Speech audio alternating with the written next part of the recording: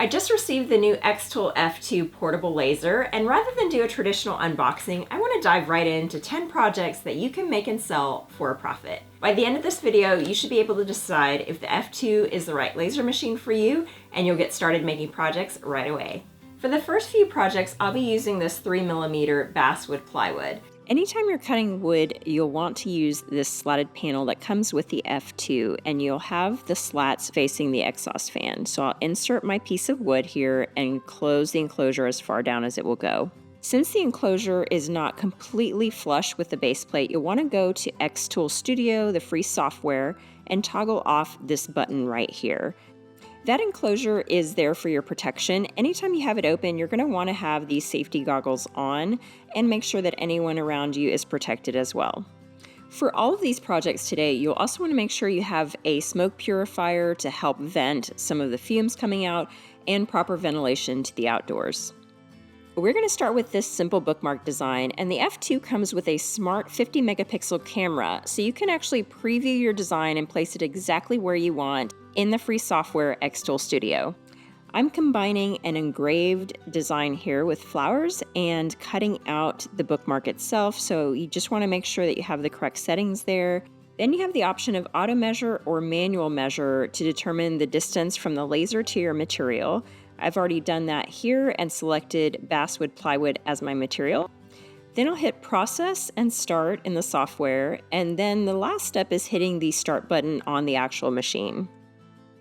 The F2 machine combines a 15-watt diode laser with a 5-watt infrared laser. For these first few projects, I'm using the blue light or diode laser. Later on, we're going to get into the infrared laser and show you what that can do as well.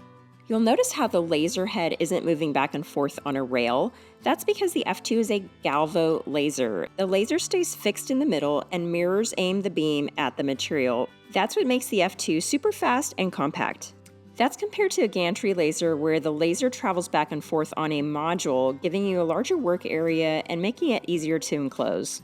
It only took about 3 minutes to whip this up thanks to that galvo technology. Then I'm just cleaning up some of the burnt edges with vinegar, which also helps neutralize the odor that might come from burning wood.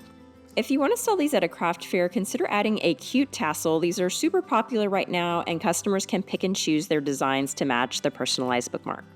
If you're new here, I hope you'll consider subscribing and stick around to the end for some important tips. For project number 2, I'm going to use this tool called Atom, and specifically this name gift generator. This is going to make it super easy to create some plant stakes using the cake topper template. I can change my phrases in just seconds, do some quick formatting, and then export it directly into the xTool Studio software. This is a great way to create a bundle you can sell without design experience. Then I can just rotate my designs to fit them on my material here and make sure that I have it output to engrave and then cut the designs. Then I'll send it to my machine and get started with the first plant stake. What I love with the built-in camera is that I can avoid wasting material. So once I'm done with my first design, I'll format the next one and continue on until all of my plant stakes are cut out. You can see we have a lot of space left over if you wanted to make some magnets or other projects like earrings. I just think these plant stakes are such an easy project to do, and I think they'd be a hit at any craft fair.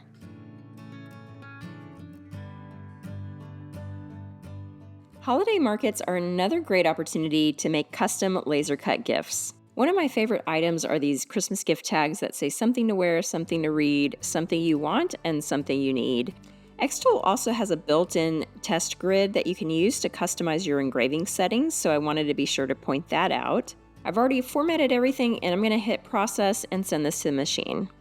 I have this set up with my slatted panel that I showed you earlier, but I did want to mention xTool sells a slide extension that will increase your working space by up to 4 times, and that's going to make it really easy to batch these so you can make several sets of these tags in just minutes.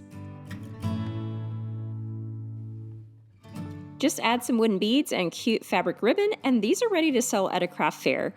Let me know down below where you're watching from and if you think this would be popular in your area or what other products you're hoping to make. For this next project, I'm going to show you a 2-step process to make a teacher gift, and we're going to get into some of the problems you might encounter and ways to avoid them. Here I'm making a Post-it note holder that's 2 layers. This is the top layer with the teacher's name scored, and if you cut out charms here, I'm using music notes because this is a music teacher. And the back portion is going to have a cute little engraved message that sits under the Post-it notes. So I'm going to go ahead and finish formatting this and send it to the machine. Here's where you need to be a bit careful. You'll notice I had some really small pieces in this design that were cut out. And because I have that smoke purifier going and the exhaust fan in back, you can start to see some of these little pieces fly up as they're cut, and they can get stuck in that fan or even sucked up by the air purifier. If this happens, you can always press the button on the side of the machine to stop it. It's also a good idea to clean out the exhaust fan, and here you can see I found a few pieces of that lettering.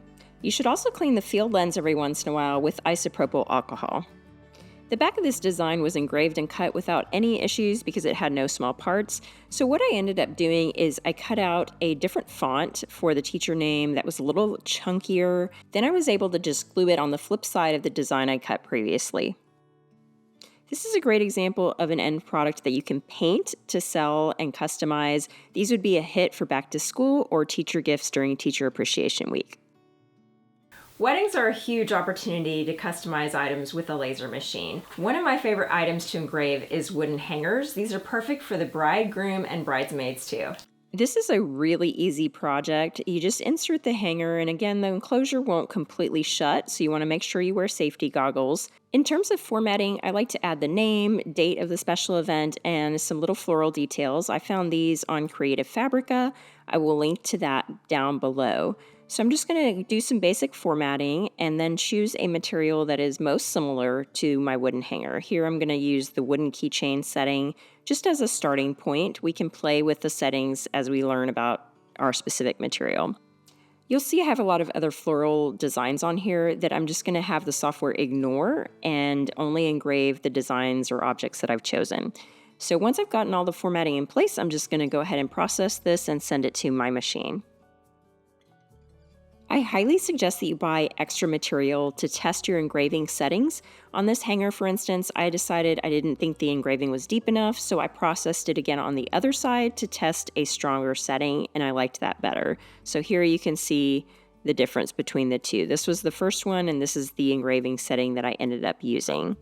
After cleaning it up again with a little vinegar, I like to add a ribbon. This just gives it a more upscale look that's perfect for bridal functions and weddings. Another great item to personalize is something people wear every day, silicone watch bands. The bands fit perfectly within the enclosure, which makes them easy to customize on site. I'm using a floral pattern that I modified for the watch band, and I love that the software allows you to edit specific points in your design. And then in terms of material, I'm going to choose a watch band that's similar to what I'm using here. It's not exact, but I'm going to go ahead and start with testing a few settings. Now I got a tip here that my power was too low, so I went with settings that other people have tested and found to be good. I'm going to start with one pass and show you a little trick if our first engraving is not deep enough. But let's go ahead and process this, see how it turns out, and then I'll show you the trick.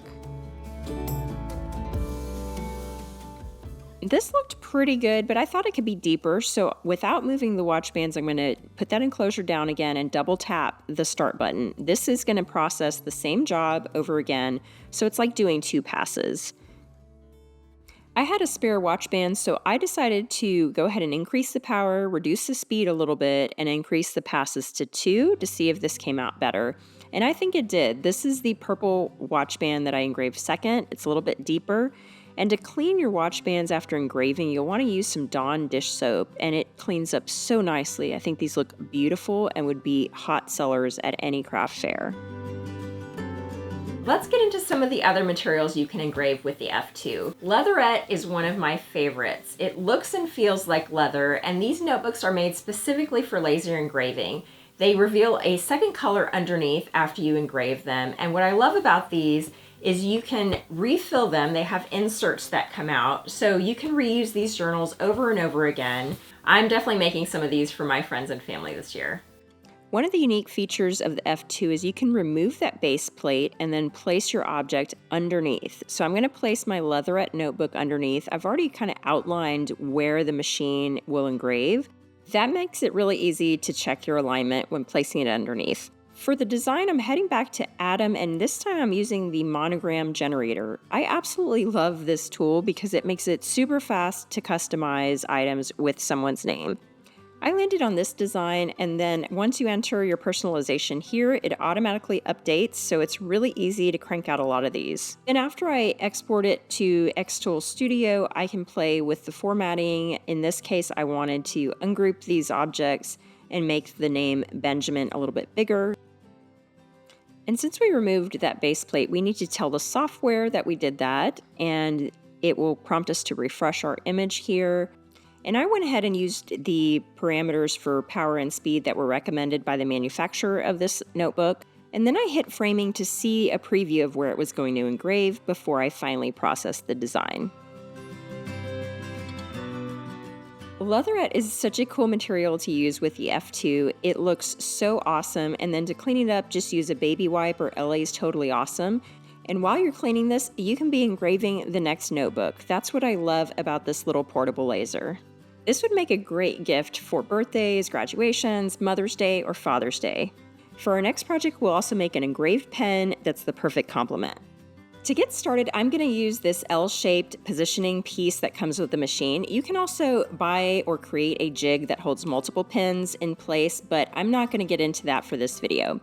This is going to be a simple engraving with the blue light laser, and I'm just using the default xTool settings for a black ballpoint pen. Once I have everything formatted, it takes only a few seconds to engrave this pen, and since I have that L-shaped positioning piece in there, I can process another pen right after this. When the pen is done, it will have some residue, as you can see here, so I just like to clean it with some rubbing alcohol. As I mentioned, this is great for small business marketing or for special events like weddings. You can even place it back in the plastic sleeve that it came with to make it look more professional. The projects we've made up to this point have all used the diode laser. Let's get into some projects using the IR laser to showcase its capabilities, starting with one of my favorite items to engrave, these metal charms. To prep my charms, I used denatured alcohol just to remove any fingerprints or grease that might interfere with the laser marking. On one of the charms, I used laser marking spray that I'll link to below, and on the other one I used nothing just so that I can show you the difference. Here I'm placing my tag directly under the red and blue dots projected by the machine, and then I'm turning the knob until the dots overlapped. Then I'll move the tag to the back corner of the machine using my L-shaped positioning piece, and I'll center my design on top. You always want to process metal closer to the exhaust fan just for safety reasons and to prevent the lasers from reflecting off of it. So here I've got my design centered. I've already measured it, so I don't need to measure it again. And I can hit framing to get a live preview of where that design will mark on the metal. It literally only took 5 seconds to do this laser marking on the tag, so it's crazy fast. While you are cleaning up the first tag, you can start processing the second, and the benefit of that L positioning piece is it's perfectly aligned already. You can just double tap the start button to process again. Here's the result of the first tag without the laser marking spray. It's still pretty good, and then I'm going to clean off the marking spray that you see on this second tag so we can compare. The difference is really subtle, as I said. The marking spray is on top, so it's a little more defined, but overall this is a super fast, great way to customize jewelry for people. For this last project, I'm going to use this 6mm black acrylic blank, and I'm going to etch a photo onto the surface. This is another great use for that IR laser.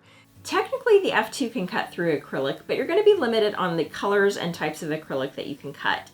Here's a quick list of types of acrylic that the F2 can cut. If you want more details on cutting acrylic with a CO2 laser, I'll link to this video up here. For now, we're just going to stick with engraving on top of the acrylic to turn a photo into a keepsake. One of the cool features in xTool Studio is you can import a photo and then remove the background. You can even crop it and do a lot of editing to the photo directly in the software. Here I just chose a photo from my recent ski trip with the kids and my husband, so I thought this would make a really sweet Father's Day gift for him. It's really easy to remove the background with this AI cutout feature, and once you crop out the background, you can even refine the results. Once I have all my editing done, I'm going to click Auto Adjust, and with that one click, it automatically inverts the image, which is what we want in this case. After selecting my material as black acrylic, it defaulted to the blue light laser, and you can see the engraving is very, very subtle. Instead, you'll want to select the IR laser, and then I'll click Auto Adjust again to get this formatted properly. And what I would suggest is running a material test array like this one. That's going to help you dial in the settings and see exactly what the engraving settings will look like on your material. After running that test, I was able to dial in my settings here and get processing a second time. And I actually lined up the design again so you can see how much darker this engraving is versus the first run.